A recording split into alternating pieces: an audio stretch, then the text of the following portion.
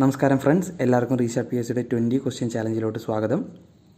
നമ്മളിന്ന് ഒരു മുൻവർഷ ചോദ്യപേപ്പറിലെ കുറച്ച് ചോദ്യങ്ങളാണ്, 20 ചോദ്യങ്ങളാണ് ഡിസ്കസ് ചെയ്യുന്നത്. ചോദ്യപേപ്പർ കോഡ് 29/2021. അപ്പോൾ കുറേ ചോദ്യങ്ങൾ ഇതിൽ കറണ്ട് അഫെയറുമായി റിലേറ്റഡ് ആയിട്ട് വരുന്നുണ്ട്. അപ്പോൾ 2021 നടന്ന പരീക്ഷ കൊണ്ട് തന്നെ 2020 ചോദ്യങ്ങളാണ് ഒരുപാട് ചോദിക്കുന്നത്. അതുകൊണ്ട് അങ്ങനത്തെ കറണ്ട് അഫെയർ ചോദ്യങ്ങൾ ഞാൻ ഒഴിവാക്കിയിട്ടുണ്ട്.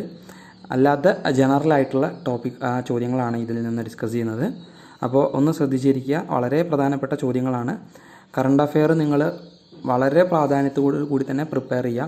ഈ ചോദ്യപേപ്പറിൽ ആദ്യത്തെ ഒരു 30 ചോദ്യങ്ങൾ എടുത്താൽ അതിൽ തന്നെ ഒരു 15 ചോദ്യത്തോളം കറണ്ട് അഫെയറുമായി റിലേറ്റഡ് ആണ്. അപ്പോൾ ആ കൊല്ലം നേടിയ പുരസ്കാരം, ആ കൊല്ലം അന്തരിച്ച വ്യക്തികളെ പറ്റിയുള്ള ചോദ്യങ്ങൾ, അങ്ങനത്തെ പല ചോദ്യങ്ങളും ഇതിൽ ഉൾപ്പെട്ടിട്ടുണ്ട്.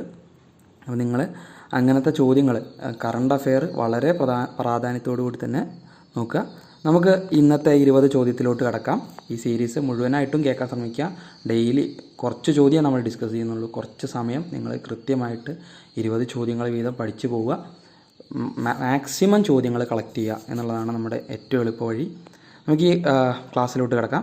കേരളത്തിലെ ആദ്യത്തെ പൈതൃക ബീച്ച് അഴീക്കോട് മുനയ്ക്കൽ ഡോൾഫിൻ ബീച്ചാണ്. കേരളത്തിലെ ആദ്യത്തെ പൈതൃക beach Azhikode Munakkal dolphin beach. Azhikode Munakkal dolphin beach. ചുവടെ ചേർത്തിട്ടുള്ളവയിൽ ഇന്ത്യയേക്കാൾ വലിപ്പമുള്ള രാജ്യം ഏതാണ് എന്നാണ് ചോദ്യം. ചുവടെ ചേർത്തിട്ടുള്ളവയിൽ ഇന്ത്യയേക്കാൾ വലിപ്പമുള്ള രാജ്യം ഏത് എന്നാണ് ചോദ്യം. തന്നിട്ടുള്ള options Brazil, France, Egypt, Iran തുടങ്ങിയതാണ്. അതിൽ ഈ തന്നിട്ടുള്ള ഓപ്ഷൻസിൽ ബ്രസീലാണ് ഇന്ത്യയെക്കാട്ടിലും വലിപ്പമുള്ള രാജ്യം. അപ്പോൾ ഇന്ത്യയെക്കാട്ടിലും വലിപ്പമുള്ള രാജ്യങ്ങൾ ഒന്ന് പഠിച്ചു വെച്ചോളുക. Russia, China, Canada, America, Brazil തുടങ്ങിയ രാജ്യങ്ങൾ ഇന്ത്യയെക്കാട്ടിലും വലിപ്പം കൂടിയ രാജ്യങ്ങളാണ് എന്നുള്ളത് ഒന്ന് നോക്കി വയ്ക്കുക. ഓസ്ട്രേലിയ. ഇന്ത്യയുടെ അക്ഷാംശ വ്യാപ്തി 8.4 ഡിഗ്രി നോർത്തിനും 37.6 ഡിഗ്രി നോർത്തിനും ഇടയിലാണ്. 8.4 ഡിഗ്രി നോർത്തിനും 37.6 ഡിഗ്രി നോർത്തിനും ഇടയിലാണ്. ഏകദേശം ഒരു 29 ഡിഗ്രിയുടെ ഒരു വ്യത്യാസമാണ് അക്ഷാംശ വ്യാപ്തിയിൽ വരുന്നത് എന്നുള്ള കാര്യം ഒന്ന് ശ്രദ്ധിച്ചു വെച്ചാൽ നിങ്ങൾക്ക് കുറച്ച് സുഖമായിട്ട് ഈ ചോദ്യം ആൻസർ ചെയ്യാൻ സാധിക്കും. ഇന്ത്യയിലെ ഏറ്റവും വലിയ പീഠഭൂമി ഡെക്കാൻ പീഠഭൂമിയാണ്. ഇന്ത്യയിലെ ഏറ്റവും വലിയ പീഠഭൂമി ഡെക്കാൻ പീഠഭൂമി. ഹിൽ സ്റ്റേഷനുകളുടെ രാജകുമാരി എന്നറിയപ്പെടുന്ന സുഖവാസ കേന്ദ്രം കൊടൈക്കനാൽ. ഹിൽ സ്റ്റേഷനുകളുടെ രാജകുമാരി എന്നറിയപ്പെടുന്ന സുഖവാസ കേന്ദ്രം കൊടൈക്കനാൽ. ഹിൽ സ്റ്റേഷനുകളുടെ രാജകുമാരി എന്നറിയപ്പെടുന്ന സുഖവാസ കേന്ദ്രം കൊടൈക്കനാൽ. ബംഗാൾ ഉൾക്കടൽ നദീവ്യൂഹത്തിൽ ഉൾപ്പെടാത്ത നദി തന്നിരിക്കുന്ന ഓപ്ഷൻസിൽ കൃഷ്ണ, കാവേരി, മഹാനദി, നർമ്മദ എന്നിങ്ങനെയാണ് ഓപ്ഷൻസ്. ആ തന്നിരിക്കുന്ന ഓപ്ഷൻസിൽ നർമ്മദയാണ് ബംഗാൾ ഉൾക്കടൽ നദീവ്യൂഹത്തിൽ ഉൾപ്പെടാത്തത്. പടിഞ്ഞാറോട്ട് ഒഴുകുന്ന നദികളൊന്നും തന്നെ ബംഗാൾ ഉൾക്കടൽ നദീവ്യൂഹത്തിൽ ഉൾപ്പെടാത്ത നദികളാണ്. ഇന്ത്യയിലെ ഏറ്റവും ഉയരത്തിൽ സ്ഥിതി ചെയ്യുന്ന എയർപോർട്ടായ ലേ ഏത് നദിക്കരയിലാണ്? ഇന്ത്യയിലെ ഏറ്റവും ഉയരത്തിൽ സ്ഥിതി ചെയ്യുന്ന എയർപോർട്ടായ ലേ ഏത് നദിക്കരയിലാണ്? സിന്ധു നദിക്കരയിലാണ്. മൺസൂൺ എന്ന വാക്ക് ഏതു ഭാഷയിൽ നിന്നും എടുത്തതാണ്? അറബി ഭാഷയിൽ നിന്നും എടുത്തതാണ്. മൺസൂൺ എന്ന വാക്ക് അറബി ഭാഷയിൽ നിന്നും എടുത്ത വാക്കാണ്. കാൽ ബൈശാഖി എന്നത് കാറ്റാണ്, ഒരു തരം കാറ്റാണ് കാൽ ബൈശാഖി. ആസാമിലെ കാസിരംഗ ദേശീയോദ്യാനം ഏതു മൃഗത്തിന് പ്രസിദ്ധം? ഒറ്റക്കൊമ്പൻ കാണ്ടാമൃഗത്തിനാണ് ആസാമിലെ കാസിരംഗ ദേശീയോദ്യാനം പ്രസിദ്ധമായിട്ടുള്ളത്.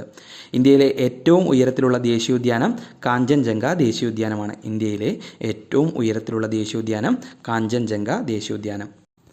അടുത്ത ചോദ്യം, യൂറോപ്പിൽ നിന്നും ഇന്ത്യയിലേക്കുള്ള നാവികമാർഗം കണ്ടെത്തുക എന്ന ലക്ഷ്യത്തോടെ ഇന്ത്യയിൽ എത്തിയ പോർച്ചുഗീസ് നാവികൻ വാസ്കോഡിഗാമ. യൂറോപ്പിൽ നിന്നും ഇന്ത്യയിലേക്കുള്ള നാവിക മാർഗം കണ്ടെത്തുക എന്ന ലക്ഷ്യത്തോടെ ഇന്ത്യയിലെത്തിയ പോർച്ചുഗീസ് നാവികൻ വാസ്കോഡിഗാമ. ഝാൻസി റാണി വീരമൃത്യു വരിച്ച വർഷം 1858. 1858 ഝാൻസി റാണി വീരമൃത്യു വരിച്ചത്. ഏത് ഗവർണർ ജനറലിൻ്റെ കാലത്താണ് ബനാറസ് ഉടമ്പടി ഒപ്പുവെച്ചത്? Warren Hastings. ഏത് ഗവർണർ ജനറലിൻ്റെ കാലത്താണ് ബനാറസ് ഉടമ്പടി ഒപ്പുവെച്ചത്? വാറൻ ഹേസ്റ്റിങ്സിൻ്റെ കാലഘട്ടത്തിലാണ്. ഇന്ത്യയുടെ സാമൂഹിക പരിഷ്കരണ രംഗത്ത് ഏറ്റവും കൂടുതൽ സംഭാവനയർപ്പിച്ച പ്രസ്ഥാനം ബ്രഹ്മസമാജമാണ്. ഇന്ത്യയുടെ സാമൂഹിക പരിഷ്കരണ രംഗത്ത് ഏറ്റവും കൂടുതൽ സംഭാവനയർപ്പിച്ച പ്രസ്ഥാനം ബ്രഹ്മസമാജം. അടുത്ത ചോദ്യം, ഏതു വർഷമാണ് ആത്മീയ സഭ രൂപവൽക്കരിച്ചത്? 1818. ഏതു വർഷമാണ് ആത്മീയ സഭ രൂപീകരിച്ചത്? 1818. ദെൻ അടുത്ത ചോദ്യം, പഞ്ചശീല തത്വങ്ങളിൽ ഒപ്പുവെച്ച ഇന്ത്യൻ പ്രധാനമന്ത്രി. പഞ്ചശീല തത്വങ്ങളിൽ ഒപ്പുവെച്ച ഇന്ത്യൻ പ്രധാനമന്ത്രി ജവഹർലാൽ നെഹ്റുവാണ്. ജവഹർലാൽ നെഹ്റു. ദെൻ അടുത്ത ചോദ്യം, പയ്യന്നൂരിൽ നടന്ന 4ാം അഖില കേരള രാഷ്ട്രീയ സമ്മേളനത്തിൽ അധ്യക്ഷത വഹിച്ചത്? ജവഹർലാൽ നെഹ്റു. പയ്യന്നൂരിൽ നടന്ന 4ാം അഖില കേരള രാഷ്ട്രീയ സമ്മേളനത്തിൽ അധ്യക്ഷത വഹിച്ചത് ജവഹർലാൽ നെഹ്റു.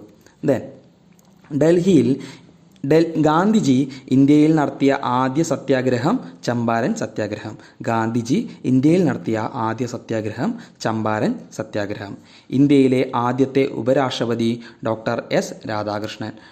ഇന്ത്യയിലെ ആദ്യത്തെ ഉപരാഷ്ട്രപതി ഡോക്ടർ എസ് രാധാകൃഷ്ണൻ. ദെൻ ഈ ടോപ്പിക്കിലെ അല്ലെങ്കിൽ ഇന്നത്തെ ക്ലാസ്സിലെ ലാസ്റ്റ് ചോദ്യമാണ്, ഒരു സംസ്ഥാനത്തെ ഗവർണർ ആയതിനു ശേഷം പ്രസിഡന്റ് ആയ ആദ്യ വ്യക്തി ഡോക്ടർ സക്കീർ ഹുസൈൻ. ഒരു സംസ്ഥാനത്തെ ഗവർണർ ആയതിനു ശേഷം പ്രസിഡന്റ് ആയ ആദ്യ വ്യക്തി ഡോക്ടർ സക്കീർ ഹുസൈൻ. അപ്പോൾ ഇത്രയാണ് ഇന്നത്തെ ക്ലാസ്സിൽ ഉള്ളത്. 20 ചോദ്യങ്ങളാണ് നമ്മൾ ഡിസ്കസ് ചെയ്തത്. വളരെ പ്രധാനപ്പെട്ട കുറച്ച് ചോദ്യങ്ങളാണ്. ക്ലാസ് മുഴുവനായിട്ടും കേൾക്കാൻ ശ്രമിക്കുക. മറ്റൊരു ക്ലാസ്സുമായിട്ട് വരാം. Thank you.